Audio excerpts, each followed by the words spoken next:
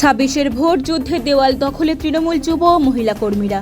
এখনো ভোট ঘোষণা হয়নি, দলের প্রার্থী ঠিক হয়নি, কিন্তু তৃণমূল যুব ও মহিলা কর্মীরা সময় নষ্ট না করে দেওয়াল দখলে ময়দানে নেমে পড়ল।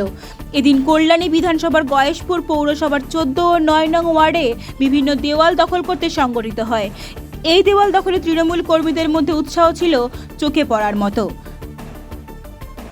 আজকে গয়েশপুর শহর যুব তৃণমূল কংগ্রেস এবং মহিলা তৃণমূল কংগ্রেসের পক্ষ থেকে আমরা দেওয়াল লেখার কর্মসূচি নিয়েছি। কারণ এই সামনে আমাদের 2026-এর ভোট। প্রার্থী যেই হোক না কেন, আমরা মমতা ব্যানার্জিকে ভালোবাসি, অভিষেক বন্দ্যোপাধ্যায়কে ভালোবাসি। যাকেই প্রার্থী করে পাঠাবে এখানে আমরা তাদের হয়েই লড়ব। গতবার তো এই বিধানসভা হেরেছিলেন। গতবার হেরেছিলাম, কিন্তু এবার তো চেষ্টা করছি, আমরা সেইভাবেই লড়বো।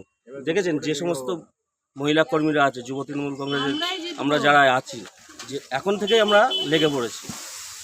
মাননীয় মুখ্যমন্ত্রী এই যে লক্ষ্মীর ভাণ্ডার 1500 টাকা করে বাড়িয়েছে, এবং যত রকম প্রকল্প আছে সব রকম প্রকল্প আমরা সবার বাড়িতে বাড়িতে গিয়ে আমরা সবার উন্নয়নের সব তুলছি আর কি। ঠিক আছে, এবার আমাদের লক্ষ্য 2026-এ গয়েশপুর শহর থেকে যুব তৃণমূল কংগ্রেস, মহিলা তৃণমূল কংগ্রেস এবং তৃণমূল কংগ্রেসের পক্ষ থেকে আমরা বিপুল ভোটে জয়যুক্ত করব। Bureau report, Bangabarta.